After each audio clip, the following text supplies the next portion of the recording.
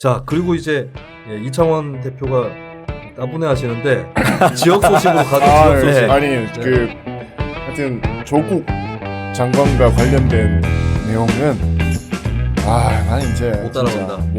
못 따라가는 수준도 넘어섰고 네. 뭐라 그럴까 이게 어떻게 비유를 해야 될지 그것도 잘 모르겠어요. 네.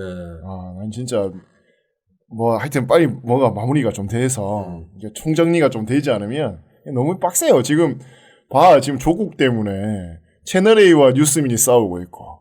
원래 싸워야지. 잘 된 거지. 아니 왜 이러고 있는지 모르겠어. 난 진짜 다들. 난 아프리카 돼지 열병 이런 게 더 관심이거든요. 근데 진짜 심각한 건데. 맞아요. 그러니까 네. 그런 게 다 지금 얼마나 심각한 게 많은데 지금 울진 태풍 피해 그러니까 난리예요 지금. 네, 특별 재난 지역으로 지정이 됐죠 또. 네. 그래서 울진이. 네. 네. 그러니까 이런 게 막 뉴스에 나와서 국민들이 진짜 관심을 가지고 이 문제들을 해결을 해야 되는데 네네. 이 지금 뭐 하고 있냐고 지금 네. 계속. 그래서 우리도 아프리카 돼지열병 얘기할 건 아니잖아요. 그렇지. 백선엽. 이것도 중요해요 사실. 네. 음. 우리 또 칠곡에 굉장히 끈이 많고. 네. 이완영 전 의원과 유착 관계였던. 네. 사진도 같이 찍었다. 좋아하죠. 네, 사진 한번 좋아합니다. 띄워주실까? 안 돼. 네. 좋아합니다. 네. 지금 칠곡에서 백선엽 논란. 예, 네. 있어요. 백선엽 하면 전국 시청자분들이 다 아실 겁니다만. 백선엽 장군이죠. 포스타로 전역을 하고 합참 의장을 했습니다. 그렇죠. 네. 대한민국 최초의 포스타였죠. 그렇죠. 그러니까 합참 의장까지. 대위인가로 시작을 했는데 6.25 때 네. 그 포스타까지 가죠. 전쟁 때니까 막 진급이 팍팍팍 네. 되지. 그러고 나서 이제 박정희 시절에 건설교통부 장관이었나? 장관도 그렇죠. 하고. 장관도 지냈죠. 건설도 네. 군대식으로 했겠네. 이미 원래 이제 백선엽 씨는 네. 간도 특설대. 예. 이제 만주 육사에서 이제 간도 네. 특설대로 네. 있다가 해방이 되면서 국군으로 편입이 된 네. 사람입니다. 알려진 바 잘 아시겠지만은 여순 사건이 있었을 때 네. 박정희가 이제 잡혀가잖아요. 네. 그래서 거기서 남노당 전력이 있기 때문에 거기서 박정희가 군내의 남노당 조직에 대해서 다 불게 되죠. 네네. 그리고 이 사람을 그렇게 뒤에서 소위 말해 살려주게 한 사람이 이 백선엽 장군입니다. 그 인연이 있죠. 네. 네. 그래서 백선엽 장군이 이후에 박정희 대통령이 되고 나서도 계속해서 승승장구할 수 있었던 것은 다 이 박정희의 만주 라인, 만주 인연을 통해서 네. 되었는데 지금 칠곡군에서 어떤 일이 있냐면 칠곡군이 요 낙동강을 기준으로 해서 네. 낙동강 요 중부를 중심으로 해서 이렇게 도시가 조성이 되어 있어요. 네. 근데 여기서 6.25 때 낙동강 최후 방어선이 쳐졌던 곳이 칠곡군입니다. 그래서 외관읍이라고 있는데 칠곡의 중심인데 여기에 다리를 끊고 최후 항전을 벌이고 여기에서 아주 치열하게 붙습니다. 이 인민군과 우리나라 국군 유엔군들이 그때 정확하게 워커 제가 장군이 이름이 월튼 워커. 월튼 워커. 네. 월튼 워커 장군이 8군 사령관이었죠. 여기서 밀리면 안 된다. 끝까지 싸우자라고 네. 하고 백선엽도 나를 여기서 나를 밟고 가란가 하여튼 되게 유명한 말 해. 그러면서 이제 결사항전을 날 합니다. 밟고 가라? 나를 실미도? 나를 죽이고 가란가 네. 여기서 날 쏘고 가라. 날 쏘고 쏘고 가라. 가란가 하여튼 그게 있을 거예요. 네. 그래서 여기서 이제 최후 방어선이 펼쳐지고 그 유명한 이제 낙동강 방어선이 펼쳐지고 인천 상륙 작전을 하면서 우리나라가 다시 치고 올라가게 되죠. 대한민국이 이제 치고 올라가는 그거를 기념을 해서 네.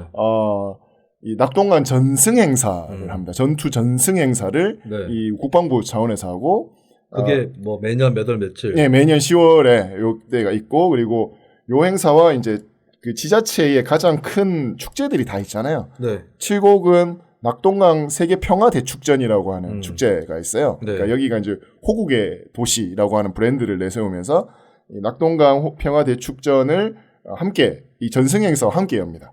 그래서 매년 이제 요맘때 10월 초에 이 낙동강 호국 대축전이 칠곡보 일대에서 네. 열리고 있고 지금 이제 오늘 녹음 시점에 10월 12일인데 내일까지 네.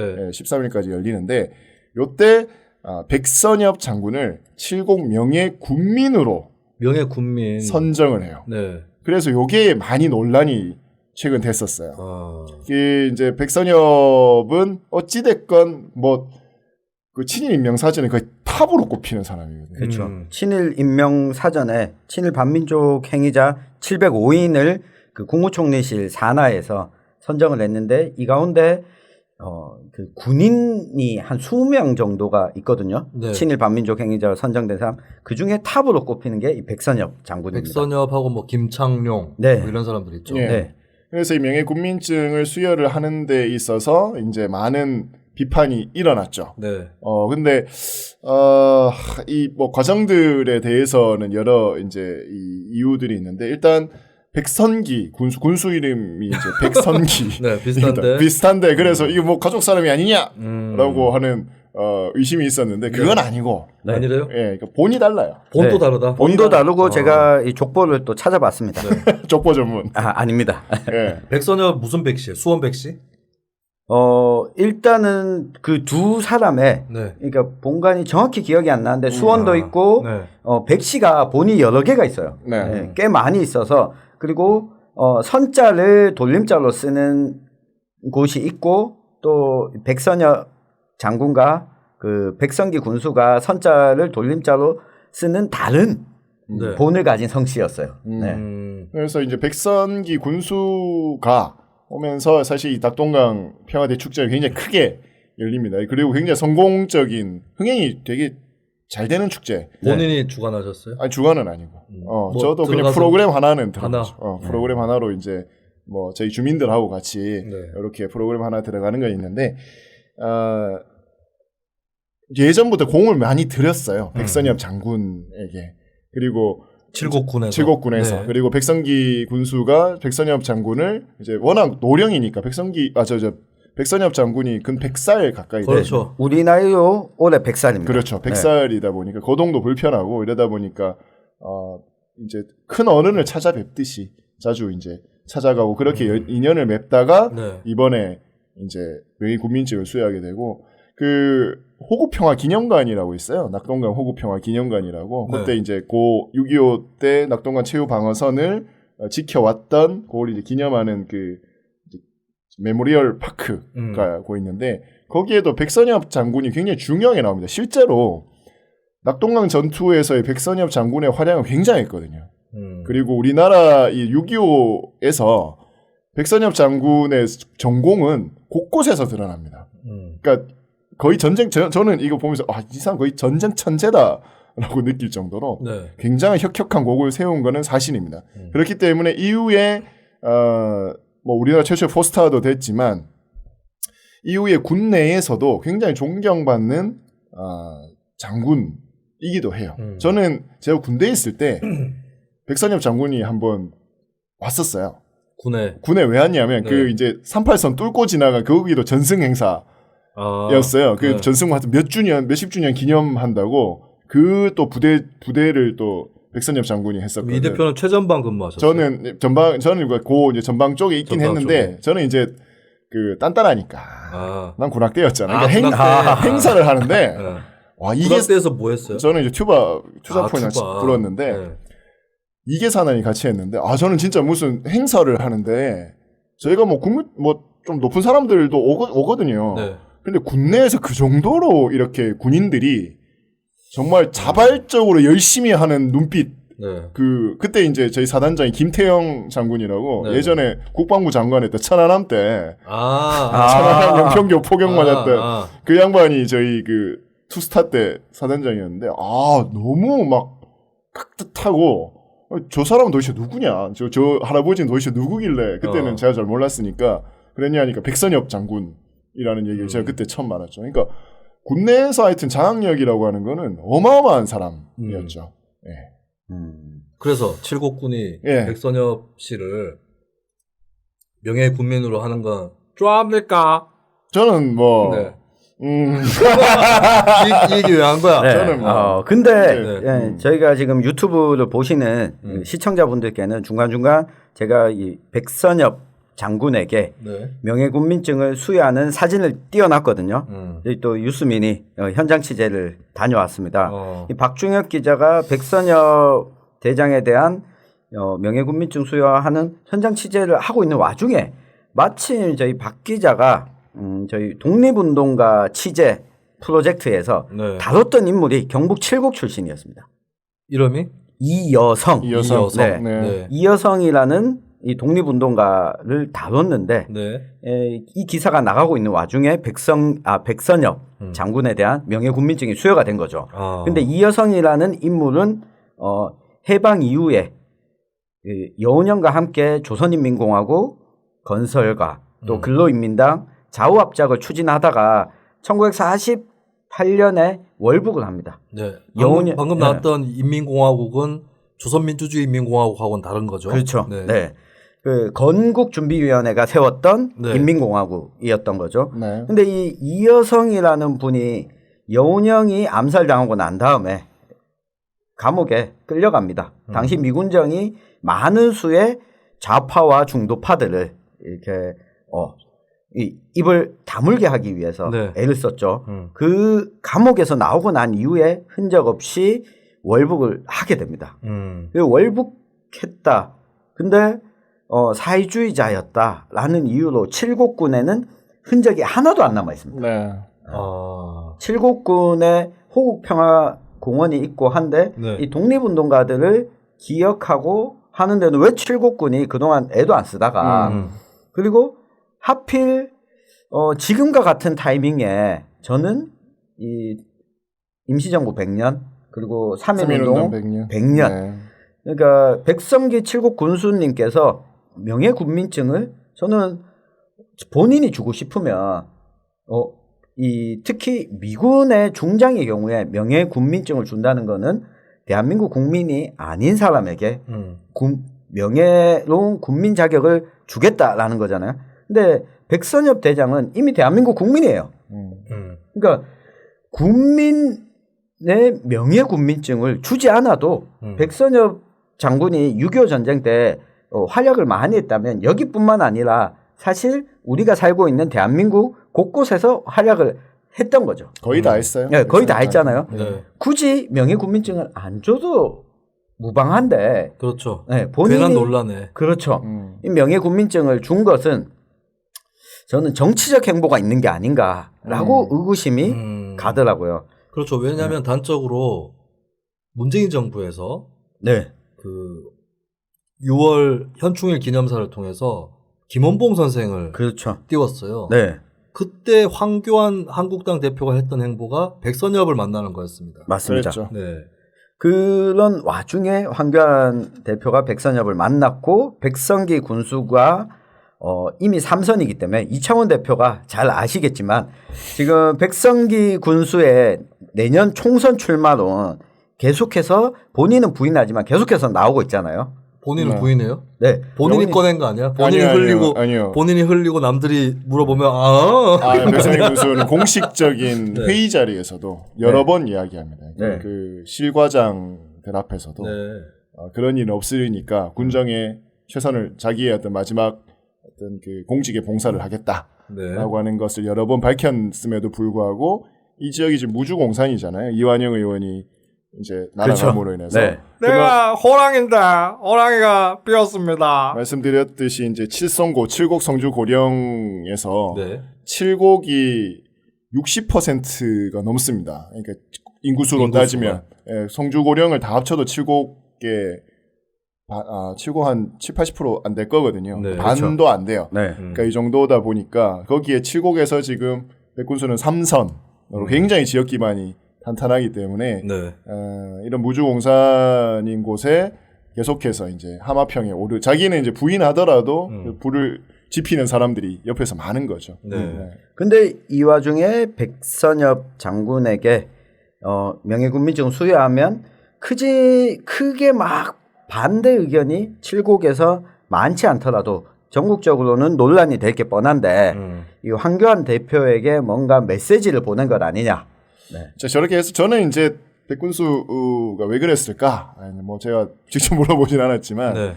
백선엽 장군이 이제 나이가 100살이 넘잖아요. 그러니까 네. 아마 이제 이렇게 남아 있는 날이 많지 않았을 것이고 네.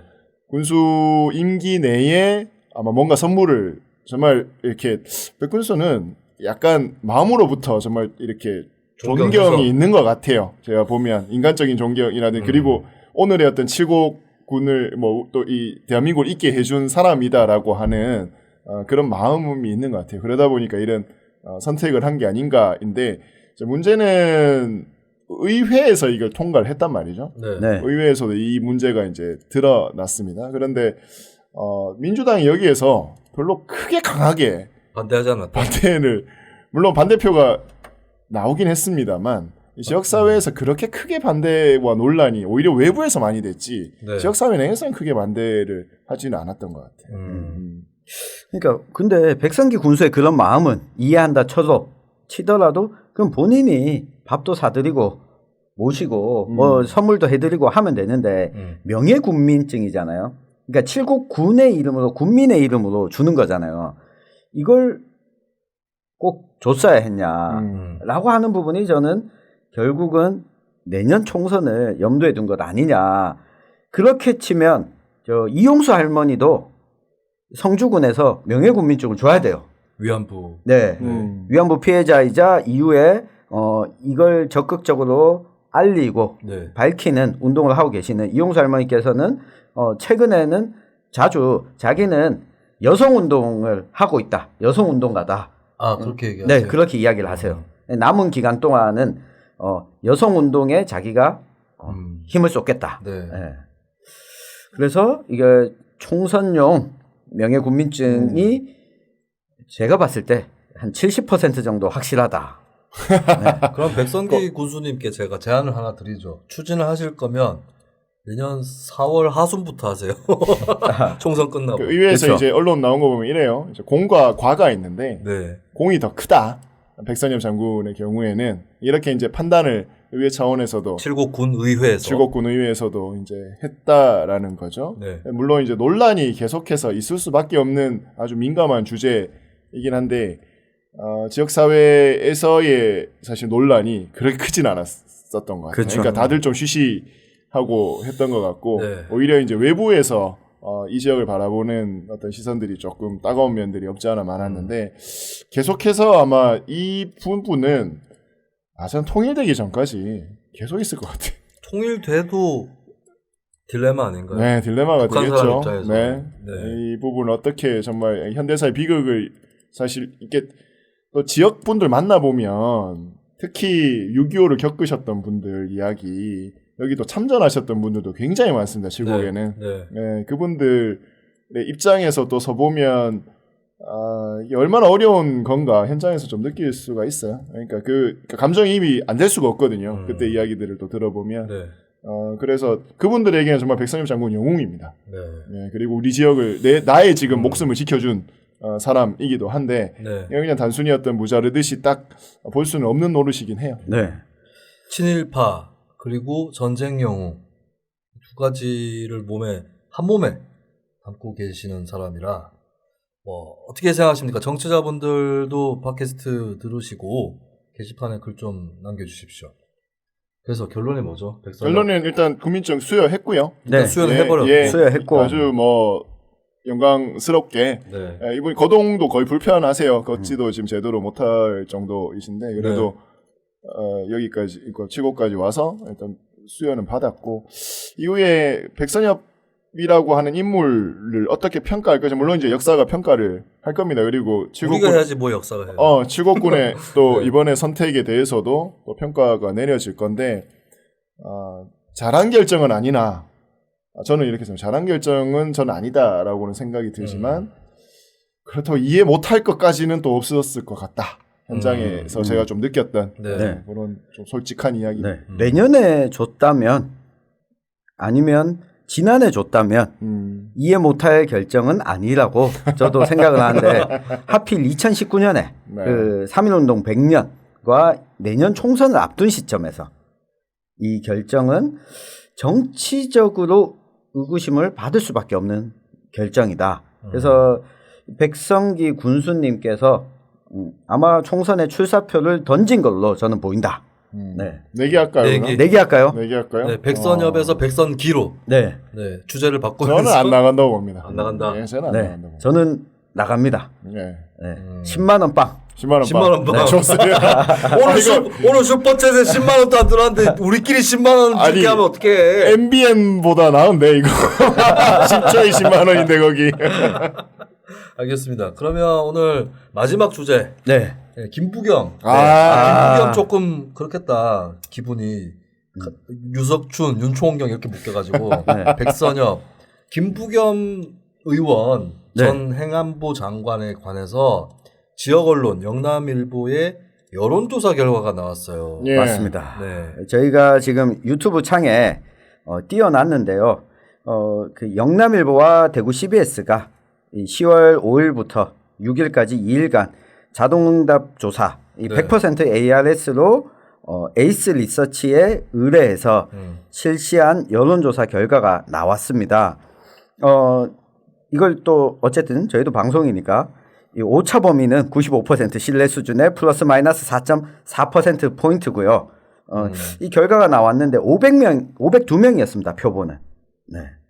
502명이었어요? 네. 근데 그 지역구만 하는 거니까 네. 그렇죠. 지역구만 하는 그렇게 거니까. 작다고 볼 수는 없는 샘플이죠. 그렇죠. 네. 그 영남일보가 와 대구 CBS가 자주 해요. 맞아요. 여론조사를 항상 이 두 개 회사가 네. 같이 해요. 네. 매일신문과 TBC가 TBC가 자주 자주 하고 하고. 유스민은 여론조사할 돈이 없습니다. 네. 뉴스민도 아니 뭐 좀 하자. 인디공원사하고 같이 좀 하든지 해서. 아, 인디공원사하고 할까요? 네. 아니 같이. 뭐 좀 지표들. 저는 이게 돈이 있어야지. 아니, 그러니까- 여기 돈 많다. 뭘 돈 많아. 그러니까 어떻게든 돈은 좀 만들어 봐가지고 네. 우리가 좀 좋은 지표들, 그러니까 네. 지역 사회를 위한 좋은 지표들을 만들어내는데 노력을 좀 해봅시다. 그쵸. 내가 돈을 어떻게든 만들어 볼게. 일단 여론조사 결과를 소개해드리면 네. 그 현역이 김부겸 김부겸, 국회의원이 네. 수성 갑지역입니다. 김부겸 의원과 이 김병준 한국당 전 비대위원장 네. 양자간 가상 대결을 했을 때 네. 그러니까 일단 그 전에 네. 3명을 붙여요. 김부겸 대 자유한국당 1대1로 가상 대결을 1대1로 3명을 붙이는데 세 가지 경우가 있는 김병준 전 비대위원장 네. 그리고 이제 정순천 전 대구시 의회 부의장 네. 의원 대구시 의원이에요. 거죠. 네. 아마 좀 낯서실 거예요. 음. 그 세 번째가 이진훈 전 수성구청장. 네. 그러니까 상대적으로 김병준 비대위원장을 제외하고는 전국적 인지도는 이 두 정순천, 이진훈은 굉장히 빠지죠. 네. 굳이 따지면 김병준, 이진훈, 정순천. 정순천. 네. 네. 이진훈 그 씨는 전 구청장을 수성 했어요. 구청장. 구청장을 했어요. 재선구청장입니다. 네. 네. 그래서 3명을 붙였는데 우선 김부겸 의원이 3명 다와 1대1로 붙어서 졌어요. 다 깨져요. 다 다 깨졌어요. 깨져요. 지금 다 깨졌어요. 다 깨졌어요. 예. 근데 김병준 위원장이랑 붙어서 김부겸 의원이 33.2%, 김병준 전 위원장이 52.1%. 이건 오차 범위는 엄청 차이 나버린. 그렇죠. 33대 52. 네. 김부겸 33, 네. 김병준 52. 20% 정도 차이가 나버렸어요. 그리고 이진훈 전 수성구청장과 붙어서는 김부겸 34.8, 김부겸 34, 네, 이진훈 35. 49.7, 네, 이것도 오차 범위 넘어서 이진훈 50 가까이 되고 네, 김부겸 35 정도. 네, 예, 한 그리고 15% 포인트 가까이 차이 나죠. 그렇죠. 그리고 이제 정수천 전 대구시의원과 붙었을 때 네. 김부겸 35.9, 정순천 47.9. 36대 48 정도로 네. 여기서도 김부겸 의원이 진다. 그렇죠. 네. 전 지방의원이었던 사람하고 붙어도 진다. 네.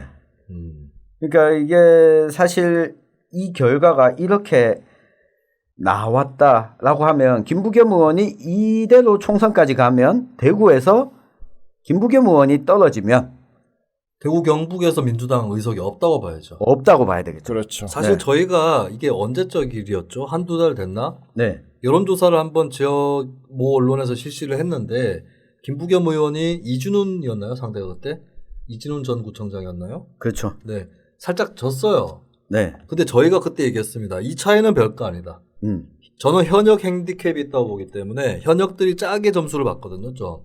그래서 그때 제가 천집장한테 전해 듣기로도 김부겸 의원 쪽에서는 그래 뭐 이런 식이었다. 별로 비상이 걸린 분위기가 아니었다. 그렇죠. 오히려 선거 가면 뒤집을 수 있는 네. 그 스코어였는데 지금 김부겸 의원은 가상 대결 누구랑 붙든 간에 뭐 15%, 20% 이렇게 차이 나는 거예요. 포인트로. 네. 네.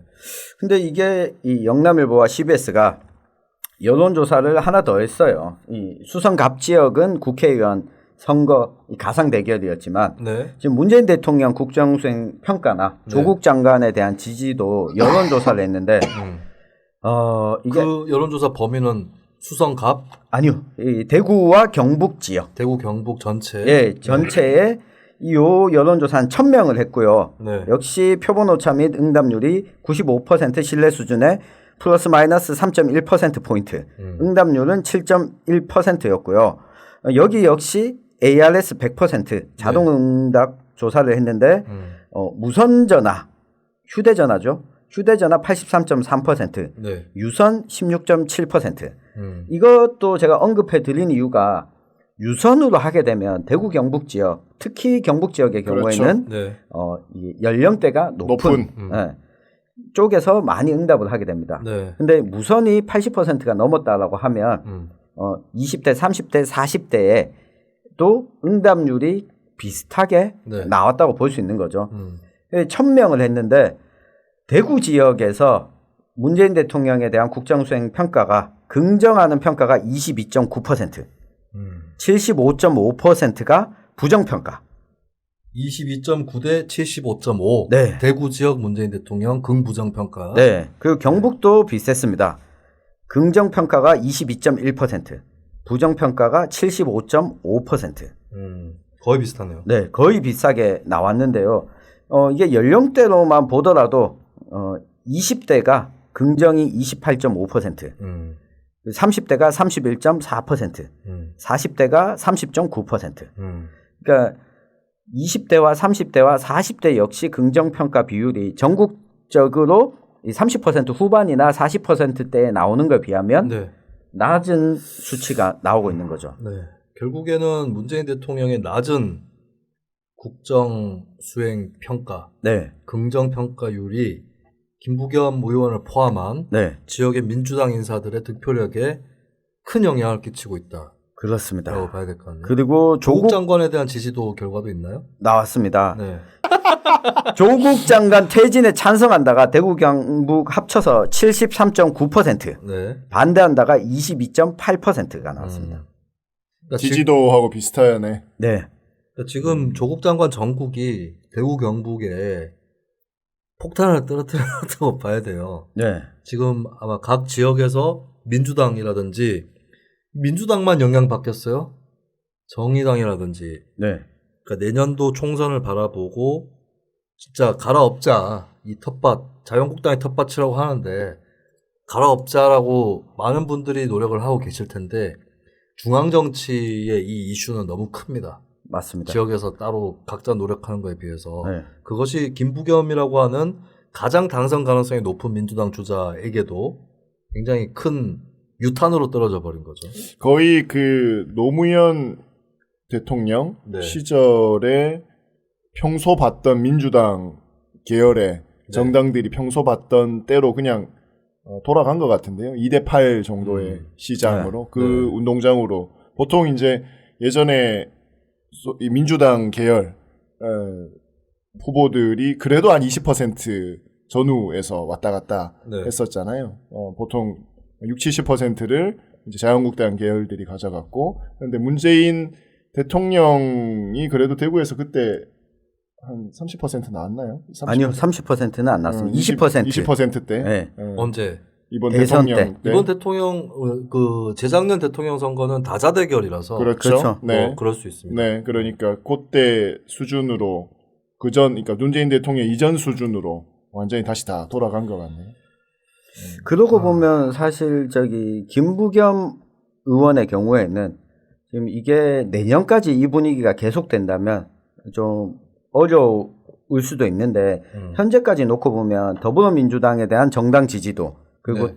문재인 정부에 대한 국정 운영 평가에 대한 긍정층에 비하면 약 10% 정도는 김부겸 개인기로 지금 현재 네. 지지도를 가지고 있다. 네. 이렇게 보여지는 거죠. 그러면 국정 운영 지지도가 40% 정도는 나와줘야지 김부겸 의원도 그렇죠. 당선될 수 있다. 네. 그러니까 이 40%는 전국 40%가 아니라 네. 전국 40%는 지금 어느 정도 그렇죠. 유지되고 있는 네. 거고 네. 지역 40% 얘기하는 거죠. 그렇죠. 대구 경북 내에 대통령 지지율 40%를 유지해줘야 김부겸도 어떻게 해볼 방법이 있다. 네. 그리고 제가 보니까 인터넷 댓글이나 서울 지역이라든지 여기에 민주당 지지자들이 김부겸에 대해서 좀 쉽게 생각하더라고. 예. 그러니까 민주당이 잘나서 김부겸이 당선된 줄 알더라고. 예, 아니거든요. 표를 김문수 덕을 훨씬 많이 봤죠. 민주당보다는. 네. 뭐 대꾸를 할 수가 없다. 이거. 나 도지사인데 뭐라 그랬습니까? 그 김부겸 의원이 대구에 와서 2번 떨어져요. 그러니까 그렇죠. 총선에서 이한구한테 한번 밀리고 2012년 예, 그리고 이제 지방선거에서 권영진 시장한테 네. 한번 2014년 밀리고, 그러니까 네. 2번 나닥? 예, 떨어지면서 대구 사람들이 그때에서 비로소 마음을 열게 되거든요. 그러니까 그렇게 된 게 한 4, 5년을 여기서 이제 정말 고생을 했는 모습들이 있었죠. 그것도 뭐 큰 선거에서 그렇게 깨져버렸으니까. 그러고 나서 겨우 이제 정말 상대의 구도를 잘 만나가지고 네. 김문수라고 하는 이런 핫 아이템을 만나서 또 그렇게 이 수성에서 뿌리를 내리게 된 건데 이후로 사실 굉장히 앓는 소리를 많이 했거든요. 그러니까 네. 정말 어렵다. 그리고 저는 진짜 좀 이렇게 왜 저렇게 엄살이지? 라고 하는 생각도 좀 들었어요. 워낙 또 당선될 때는 60% 정도로 그때 득표를 했거든요. 그렇죠. 네, 그러다 보니까 이제 정말 좀 많이 바뀌는 것이 아닌가라고 했는데 역시 유권자들의 마음이라고 하는 거는 좀 알 수가 없네요. 다만 우리나라 선거라고 하는 게 직전까지 가도 네. 뭐 하루에도 몇 번씩 이게 출렁출렁 하는 이 선거다 보니까 지금부터 김부겸 캠프에서 만약에 좀 이 선거 결과를 이제 이 여론조사 결과를 담담하게 받아들이고 제대로 된 전략들을 좀 잘 세워 나가야 될 것 같아요. 더군다나 김부겸의 목표는 총선을 한 번 더 해서 국회의원이 되는 게 목표가 아니잖아요. 그렇죠. 예, 대통령이 되는 것이 목표니까 그 어떤 스케줄에서 지금 이런 위기를 어떻게 극복해내느냐, 이 위기 극복 능력이 네. 또 유권자들이 저 사람을 더 큰 정치인으로 만들 것이냐 말 것이냐 선택하는 그런 기로에 서 있는 거기도 한 것 같습니다. 네. 그러니까 이게 김부겸 의원뿐만 아니라 대구 경북 지역 선거 전반에 좀 영향을 미칠 수 있다라고 여기는 게 사실 김부겸 의원의 그 전략은 내년 총선까지의 전략은 본인의 선거운동이 아니라 그렇죠. 네, 대구 경북에서 몇 석을 가져가느냐. 그렇죠. 후보를 발굴하고 지원하는 쪽으로 방향을 잡고 있었어요. 네. 근데 이번 전국을 거치면서 사실 그러니까 수성하고 그 다음에 지원을 해야 되는 상황이 되어버린 거죠. 수성을 수성해야 되는. 네.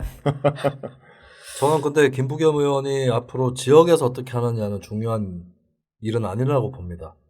지역에서 할 만큼 했고 김부겸 모르는 사람이 어디 있어요, 대구에서. 네. 결국에 대구 사람들이 김부겸을 찍어줬을 때는 우리도 민주당 의원 가져보자 단순히 이것 때문에 찍어준 게 아니거든요. 맞습니다. 할 말하는 네. 여당이 되어서도 할 말하는 의원을 바랬던 건데 글쎄 김부겸 의원이 장관을 좀 하고 나오면서 몸이 굳어진 듯한 느낌이 들긴 한데 조국 장관 전국에서는 발언을 했었어야 됐습니다. 무슨 생각을 갖고 있는지는 저는 모르겠어요. 네. 근데 만약에 김부겸 의원이 일단 드랍시키는 게 맞는 것 같은데 라고 생각했다면 8월 말 9월 초에 임명 철회하자고 얘기했었어야 돼요. 네. 그렇다면 사실 옛날에 대구 지역에서 유승민이 왜 떴었냐. 대구에서도 2015년쯤에는 박근혜에 대해서 시들해지고 있었어요. 네. 박근혜 지지율이 제가 기억하는데 2014년에서 2015년 넘어갈 때 그때 정윤회 문건 파동이 터지면서 경북 서남부 지역에서 박근혜 긍정 부정 평가가 타이로 나온 적이 있습니다. 서남부에서. 그러니까 구미, 칠곡, 성주, 고령 이 권역에서도 박근혜에 대해서 부정 평가하고 긍정 평가가 타이로 나온 적이 있어요. 그때 유승민이 뜬 겁니다. 그러니까 유승민을 대구 경북에서 띄웠던 게 박근혜 후계자라고 띄운 게 아니라 박근혜한테 할 말 하기 때문에 띄워준 거예요. 예. 그럼 김부겸 의원도 정부에 대해서 뭐 조국 장관뿐만 아니라 그 일뿐만 아니라 뭐 여러 이런저런 얘기를 해줘야 됩니다, 이제. 근데 김부겸 침묵이에요. 장관 그만두고. 하나, 공항 문제. 네. 예, 공항은 나서지 않고는 못 빼기는 지역 문제니까. 근데 그거 말고 김부겸의 침묵이 너무 길다. 저는 김부겸의 자업자득의 성격이 분명히 있다고 봅니다. 네. 근데 뭐 지금 유지되는 걸 보면 김부겸 의원이 지금은 또 국정감사 시즌이잖아요. 네. 근데 하필 국감 시즌에 김부겸 의원이 외통위원이에요. 그래서 지금 외국에 가야 돼. 외국에 가 있어요. 네.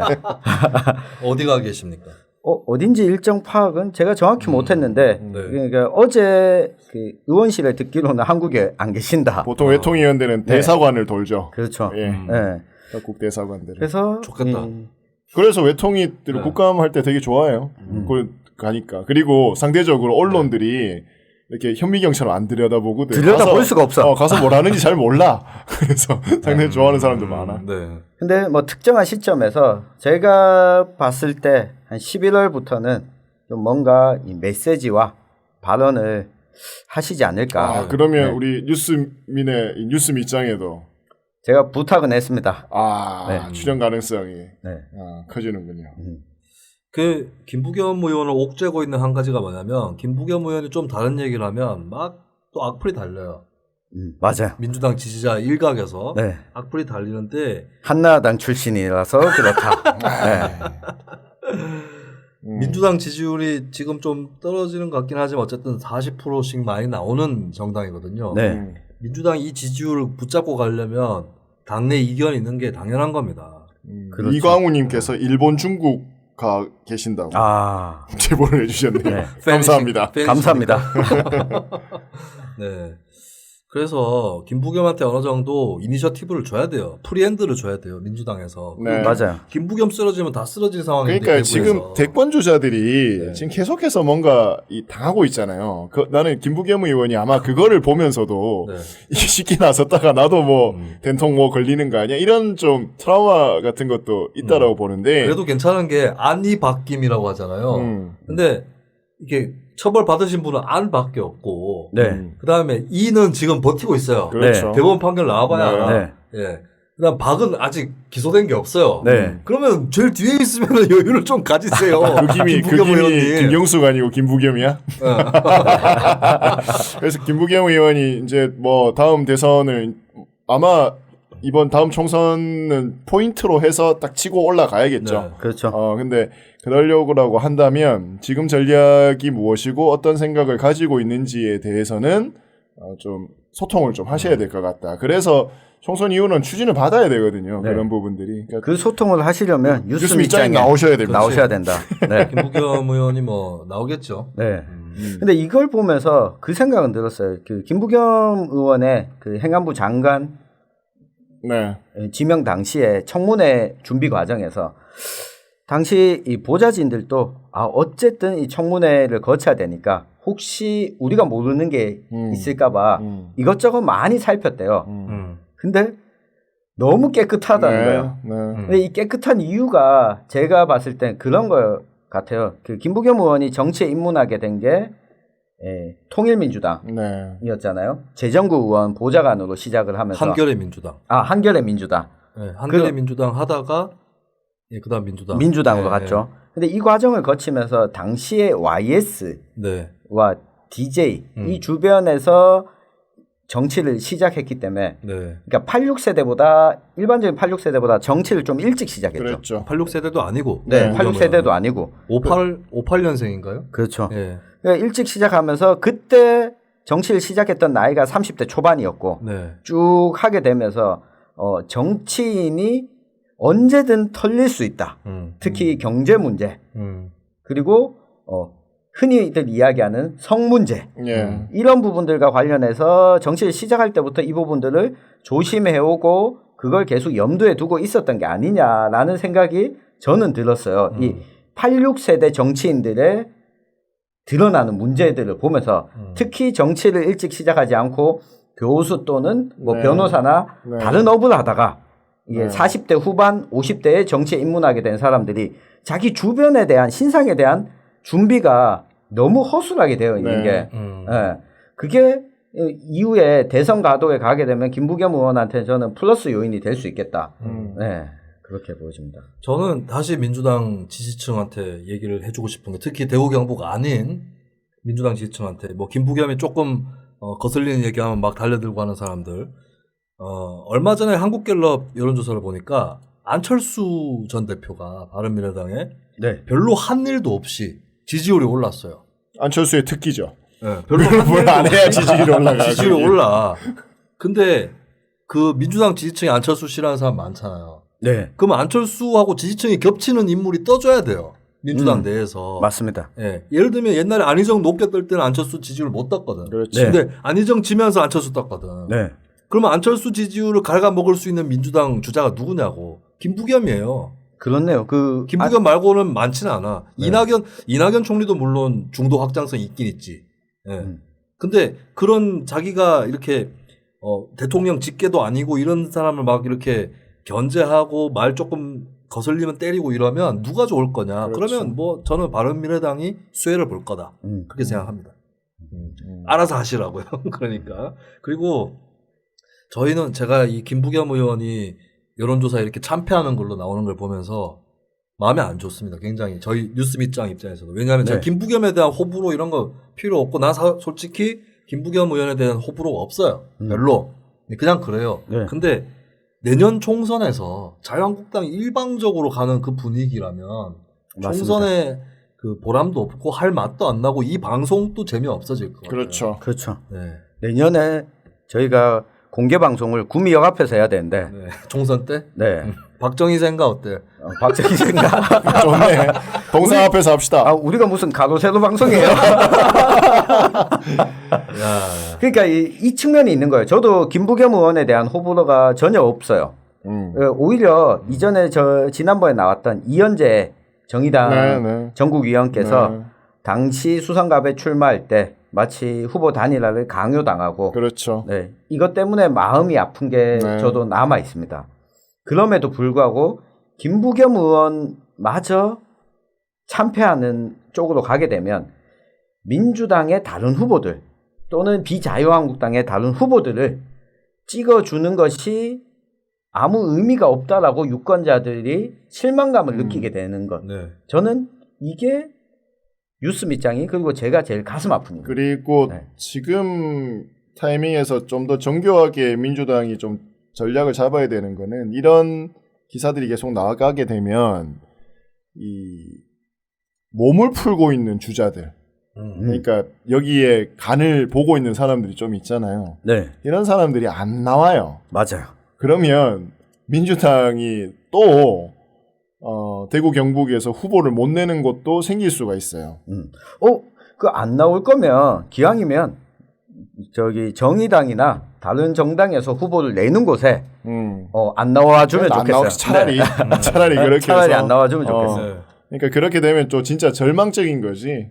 이 지역에서 또 자유한국당 계열 1세기 되면 이게 뭐 자유한국당을 찬성하냐 반대하냐는 게 아니라 어디 곳이든지 이게 한 당이 지배를 한다라는 건 얼마나 절망적인 거예요. 그러니까요. 그 달서병 지역 같은 경우에는 선거제도가 그대로 가면 그 자유한국당에서도 출마하지 말고 조원진 의원이 당선되는 것도 이 정치적 다양성을 위해서 왜 저는 필요하다고 생각합니다. 강효상 얼마나 열심히 하고 있는데.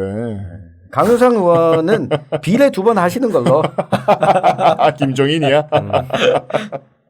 알겠습니다. 하여튼 김부겸 의원 쪽은 비상에 걸렸다. 네. 라고 봐야겠죠. 네. 우리도 비상에 걸릴 수도 있다. 맞습니다. 큰일 나요. 원래 저희 뉴스 밑장이 총선용으로 네. 만든 거거든요. 그때까지 원래 하기로 우리가 그렇죠. 했는데 이렇게 돼버리면 총선이 뭐 이렇게 뭐 치고받고 해야 재미도 있고 네. 관전하는 뭐 저희도 중계하는 저희도 재미고 있고 한데 이게 원사이드로 가버리면 이거 뭐 할 맛이 없나? 자유한국당 사람들 그냥 따라다니면서 그 공천 결과에 따라서 또 그 총선이 끝나버릴 수도 있어요. 그러니까 벽보 올리는 순간 끝인 거예요 또 우리 대구 경북이. 하다 안 되면 우리 충청도에서 할까요 방송을? 옮겨가지고. 아니 뭐 수도권 가서 그것도 좋을 것 같습니다. 지금 이 상황 그대로 가면 사실 총선을 다루는 게 정말 무의미해져. 무의미해질 수가 있어요. 예. 그리고 구미 역 앞에서 또 아니면 박정희 생가에서 방송하다가 저희가 두들겨 맞을 수도 있어요. 두들겨 맞으면 차라리 뉴스가 되겠다. 아, 그것도 손배 청구도 하면 되겠네요. 그렇죠. 우리는 이제 손배 쪽으로 스윙 모델을 이상한 걸 지금 자, 잡아놔가지고. 오늘 방송도 조중동 그 TV조선 채널A 그 다 퍼가세요. 무단으로 도용해 가시고. 오홍님이 이거 채팅 보고 계신 거죠? 라고 묻고 계시는데. 네, 보고 있습니다. 네, 네. 보고 있어요. 네. 김수민 많이 씨 달아주세요. 안경 문신 추천합니다. 안경문신을 왜 해? 안경을 쓰라는 얘기겠죠. 네. 근데 내가 요즘에 얼굴이 이상해졌나 봐요. 내가 봐도 좀 얼굴 이상해. 피곤한가 봅니다. 살도 좀 쪘고. 왜냐하면 보통 때는 안경을 벗는 게 더 괜찮다라는 얘기를 들었거든요. 오늘 자기 PR을 많이 하는 거예요. 아니. 요즘에 안 좋아졌다고. 네. 요즘에 안 좋아졌어. 알겠습니다. 자, 뭐 하여간 힘내세요. 네, 김부겸 의원 씨. 아직 네. 뭐 많이 남았으니까.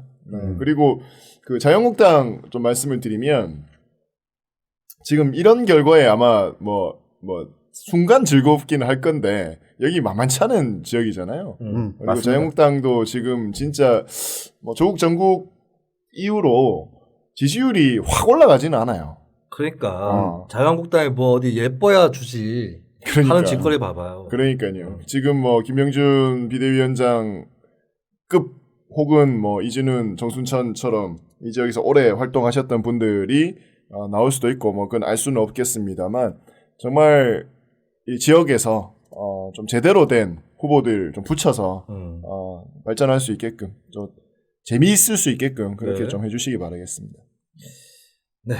오늘 김부겸까지 해서 네. 주제 다 끝났죠. 다 끝났습니다. 네. 토요일 밤에 유튜브 생방에 들어오신 할 일 없는 분들과 자, 진짜 이거죠. 진석 우니은님, 네. 김수미 씨 너무 잘생겨서 여자들이 용기가 없는 듯요. 택도 없는 소리입니다. 근데 뭐야, 이게. 제가 봐도 지금 얼굴이 썩 좋지 않아요. 네. 지난주는 더 나빴어. 안 쓰게 나온대. 지난주는 보니까 막 볼이 부어 있고 이렇더라고요. 어쨌든 그 유튜브 생방송에 71분이 최대 접속자 읽어주지 마 그거 없어 보이잖아. 계셨습니다. 네. 네. 우리 계속 이렇게 이런 것도 해야 돼? 유튜브. 뭐 이런 슬슬 것도. 해보죠. 이거. 네, 그 계속 하는 거고 네. 이왕하는 거. 우리 녹음하느라고 진 많이 빼는데 네. 이거 유튜브로도 울거먹고 팟캐스트로도 울거먹고 그러죠. 하는 거죠 뭐. 네. 네. 오늘 대신에 시간은 좀 지킵시다. 어제 집에 미안합니다. 아니. 네. 이거 도착 시간 말고 요 그렇죠. 러닝 타임. 러닝 타임도 지켜야 네. 되고 유튜브 생방하려면 시작 시간도 앞으로 좀 그렇죠. 고민해서 그래야지 준비를 하실 거니까. 예고 때리고. 네. 러닝 타임은 지금 딱 2시간 잘 나온 것 같습니다. 나 어제 집에 못 들어가가지고 면도도 안 하고 왔는데. 참. 아무도 신경 쓰지 않습니다. 괜찮아요. 네. 네. 내가 서울 출장 갔다가 내려오는 길에 우리 서울역에서 나도 서울역. 우리 홍문종 의원께서 마이크 잡고 네. 우리 공화당 깃발이 펄럭이고 있던데 네네. 오늘 주요 내용은 이 태극기 조국 전국에서의 태극기의 주인공은 누구냐? 네. 우리 공화당이다. 나 그걸 듣다가 내가 진짜 아니 전쟁도 안 이기고 전공부터 잡으려고 하네. 이 홍문종은 안 돼.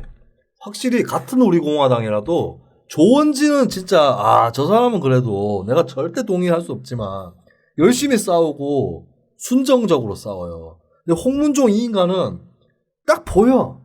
얼마나 그 제밥을 먹을 것인가. 네. 조원진 의원에게 내가 아까 김부겸 의원에게도 얘기했지만 조원진 의원에게 한마디 하면서 한마디 하고 끝을 내야 될 것 같아요. 홍문종과 헤어지시오. 친구가 될 수 없어. 홍문종은 당신과 다르. 당내 유의한 국회의원인데 그래도 헤어져야 50%가 떨어져 나가는데 50%라도 정리하고 하셔야 된다. 우리 공화당의 끝으로 한 말씀 드립니다. 우리 저 조원진 의원실은 한번 갑시다. 장비 들고 가가지고 네. 두류동에. 근데 거기가 우리 공화당 당원들의 모임 장소로 쓰이고 있거든요. 네. 그래서 당원 모임을 종종 자주 합니다. 그렇군요. 훌륭한 당이다. 네. 진짜. 그 당원 교육도 그 당원 모임을 국회의원 사무실에서 한다라는 거잖아요. 네. 대단하다 이건. 당원 교육도 한 뭐 100여 명씩 모여서 이게 매달 당원 교육도 하고 있고. 대단한 당이네요. 불법인데. 그래요? 국회의원 사무실을 당원 모임에 쓰면 문제가 아니다. 그게 국회의원 사무실 아니고 여기 있는 그 당사. 죄송합니다. 법이 이상한 게 국회의원 사무실이면 정치적 공간 아닙니까? 그렇지. 당원 모임을 못 하게 돼 있어요. 왜 그래요? 왜냐하면 이게 실질적으로 우리 법에서 금지하고 있는 지구당처럼 쓰고 있는 거다. 이렇게 해가지고 당원 모임을 국회의원 사무실에서 하는 게 금지돼 있습니다. 그래서 왜 그러니까 장소가 거리가 있는 시당 사무실에서 왜 하지? 그러니까. 그렇네요. 이걸 왜 제가 하냐면 제가 시의원 때, 구미 시의원 때 녹색당 당원 모임을 제 사무실에서 못했어요. 그래서. 그렇구나. 시구의원들도 똑같고 사무실 있던 분들은 이거 일부러 밖에 나가야 되는 거예요. 이런 것도 정당법을 좀 바꿔야 될 것 같습니다. 그렇네요. 옛날에 뭐 지구당 폐지가 정치개혁이다. 지구당은 돈 먹는 하마다 이래가지고 오히려 정치를 더 굴절시켜놨어요. 나중에 한번 다뤄보도록 하죠. 네. 그러시죠. 네. 오늘은 이제 뭐 할 얘기 다 했습니까? 다 했습니다. 다 했습니다. 오늘 조국 얘기가 좀 작게 나와서 좀 가슴이 정신만 먹고 또 올 뻔했는데 조금 가슴이 좀 뭐 낫네. 결국에 다 했던 셈인데 윤총경 얘기도 하고. 그래도 좀 낫네.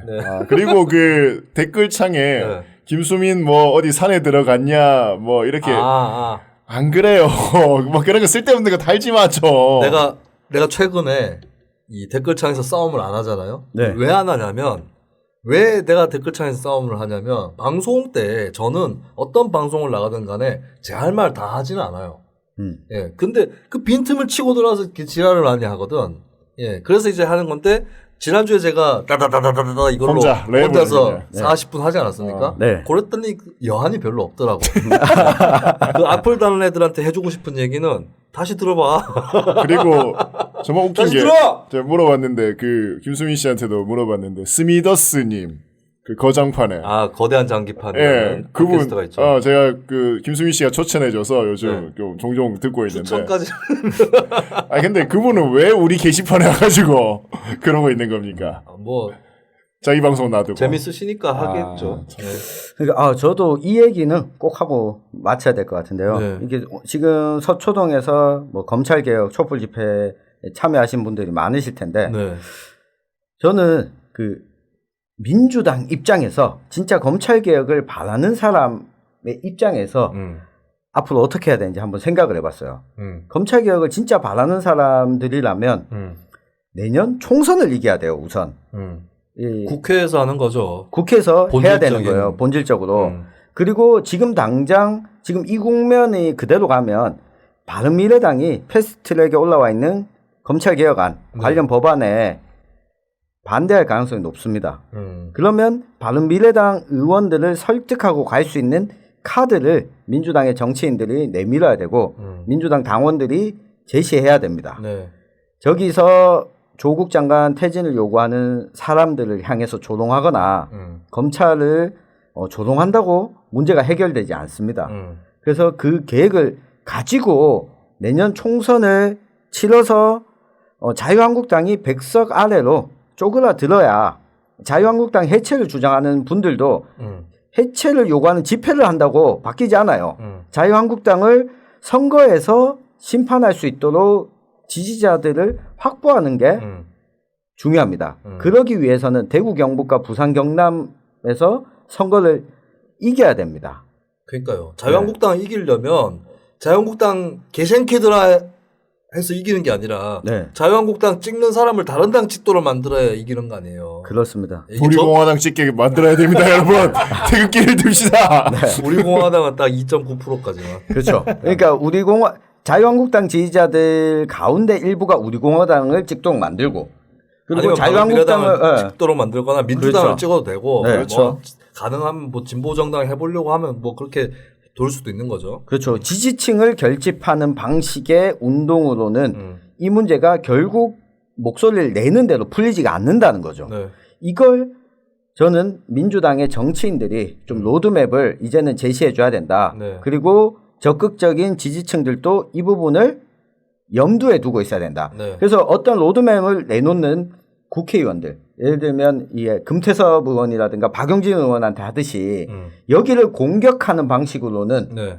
오히려 자신들이 외치는 요구에 반하는 행동을 하는 거다. 네.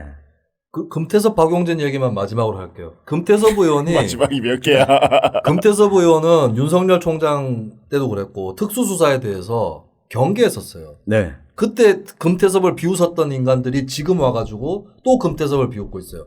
금태섭의 말이 맞는 것으로 드러났어요. 그리고 검찰개혁도 특수수사를 줄이는 쪽으로 가다가 잡았고, 예, 부끄러운 줄 알아야지. 그 다음에 박용진 공천 잘라봐라.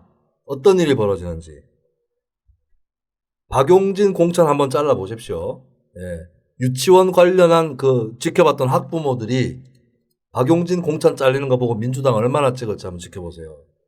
그렇죠. 예. 지금 그러니까 유치원 지금- 3법도 통과가 안 되고 있잖아요. 네. 근데 박용진 의원이 당내에서 공격을 당하니까 당의 다른 의원들이 유치원 3법과 관련해서 크게 의지를 또 안 시키고 있어요. 네.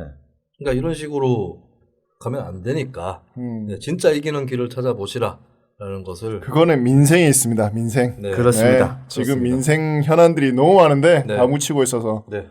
아, 그런 의미에서 저희 뉴스 밑장이 패를 항상 정리하고 길이도 새로 하고 네. 네, 그렇게 하도록 하겠습니다. 여러분들의 시청과 청취가 저희를 4월 총선까지 밀어주실 수 있습니다.